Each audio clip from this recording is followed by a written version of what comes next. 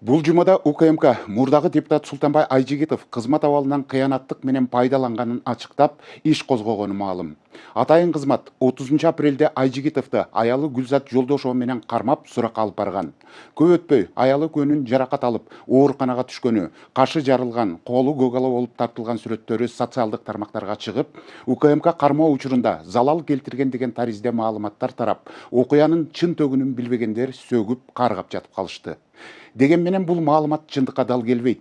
Саясий упай топтоо максатында Айжигитов чекеси жарылган сүрөтүн социалдык тармактарга таратып, УКМКнын кызматкерлерине жала жабуу аракетин ийгиликтүү ишке ашырды десек ашыкча болбос.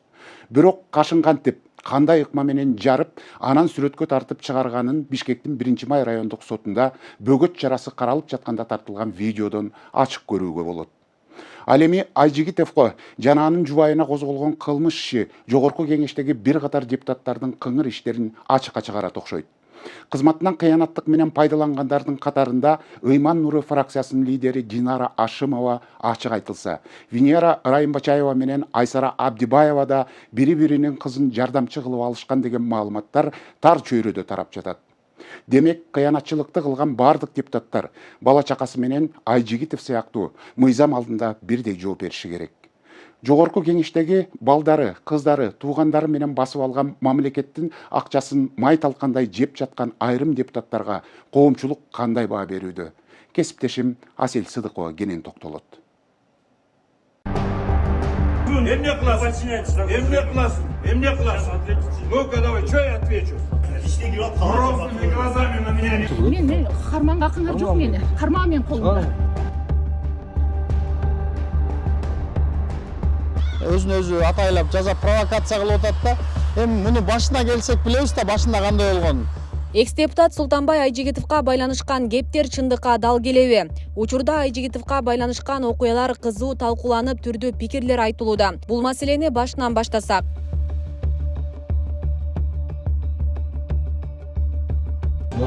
Я никуда не поеду. У меня есть такое право. Я никуда не поеду. Я никуда не поеду. У меня неприкосновенность. Я никуда не поеду.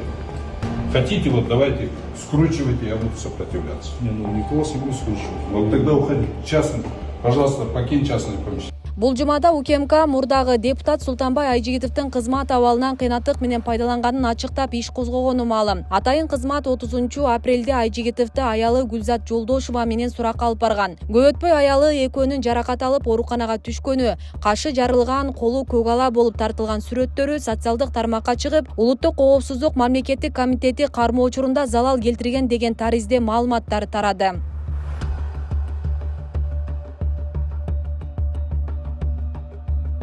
Деген менен бул маалыматтар чындыкка коошпойт. Бишкектин 1-май райондук сотунда бөгөт чарасы каралып жатканда тартылган видео Боршайко мандатынан ажыраткан. Султанбай Айжигитов жана анын жубайын кармоо учурунда денесинен жаракат алды деген маалыматтарды четке какты. Тасмада кашын кантип, кандай ыкма менен жарып, аны сүрөткө тартып чыгарганы ачык көргөзүлгөн. Султанбай Айжигитов боюнча жанагы эмелер айтылып атпайбы? Анан аксакал кишиге кол тийгизип коюшуптур, анан депчи. Эми мындай да мыйзам бардыгыбызга бирдей да.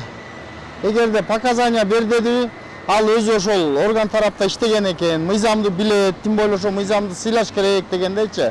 Эми чакырса бар показания берип коюш керек да.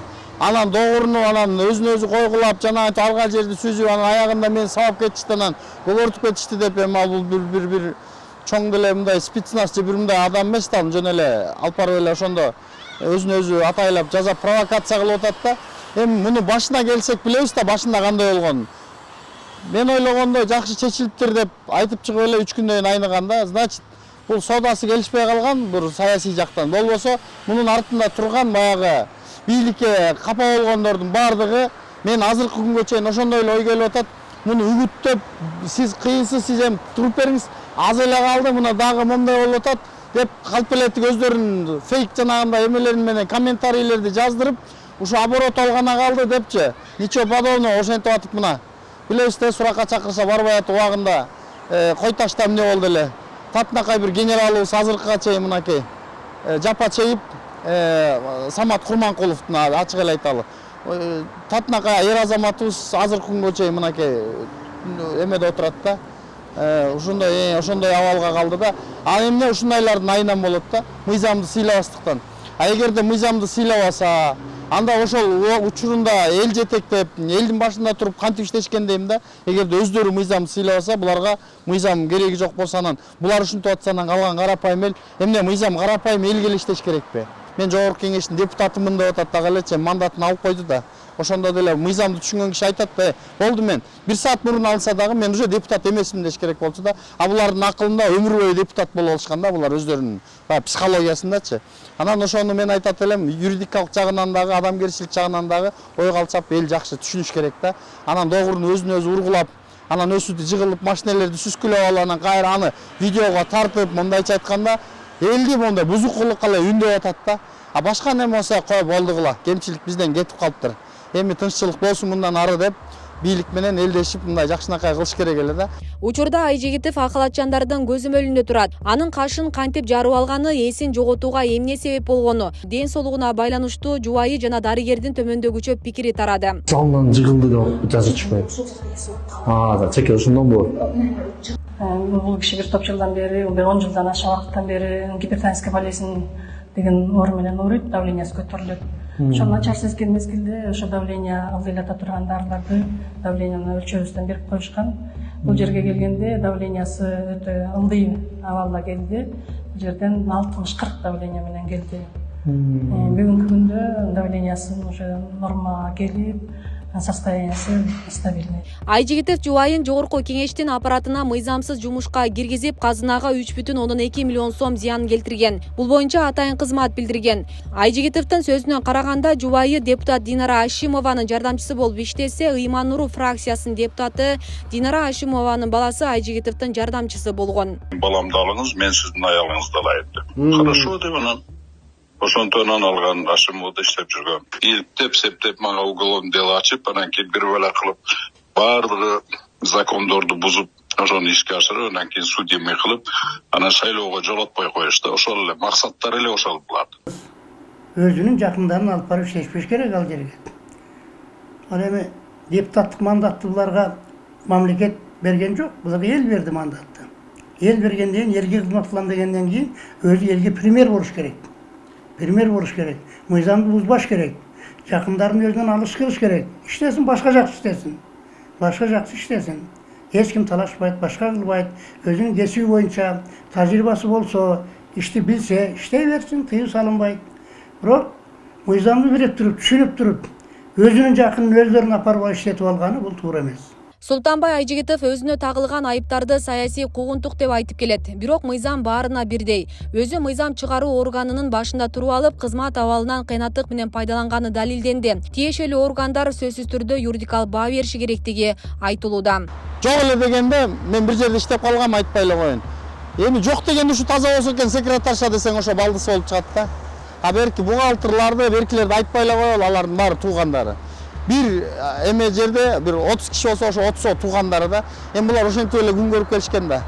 Бүт жаздырып койгон керек болсо, жумушка барбай деле айлык алган, немелерин жаздырып коелу ошентип келишкен да, анан ошол нерсени азыр контролго алып, ошол солго кетип аткан акчанын баарын бюджетке карапайым элге алып атканы буларга жакпай атат да.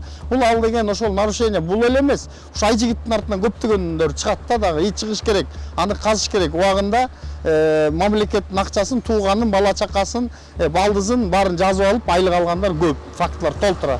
Ошо Айжигиттин аркасынан эми бардыгы чыгат. Мунун дагы көптөгөн туугандары чыгат да буюрса. Эми мындай алып караганда Айжигитовдун өзү мыйзамды билип туруп, Жогорку депутаты болуп туруп, акыры ушундай бүтөөрүн билип туруп, бул ишке барбаш керек эле да. Барбаш керек эле. Эгерде андай боло турган болсо, Ашимова дагы ошол өзүнүн баласын сунуштап, экөө ооз-эки келишим түзүп, взаимно иштеткени үчүн Ашимованын баласына да ошончо чыгым кетти да. Жогорку Кеңештин депутатынын эсебинен.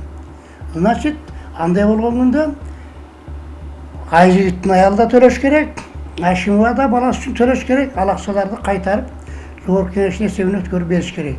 Айжигитовго жана анын жубайына козголгон кылмыш иш жогорку кеңештеги бир катар депутаттардын кыңгыр иштерин ачыкка чыгармай болду. Кызматынан кыянаттык менен пайдалангандардын катарында Ыйман-Нур фракциясынын лидери Динара Ашимова ачык айтылса, Винара Райымбачаева менен Айсара Абдиева да бири-биринин кызын жардамчы кылып алышкан деген маалыматтар тар чөйрөдө тарап жатат. Дегени менен кыянатчылыкты кылган бардык депутаттар бала чакасы менен Айжигитов сыяктуу мыйзам алдында бирдей жооп бериши керек.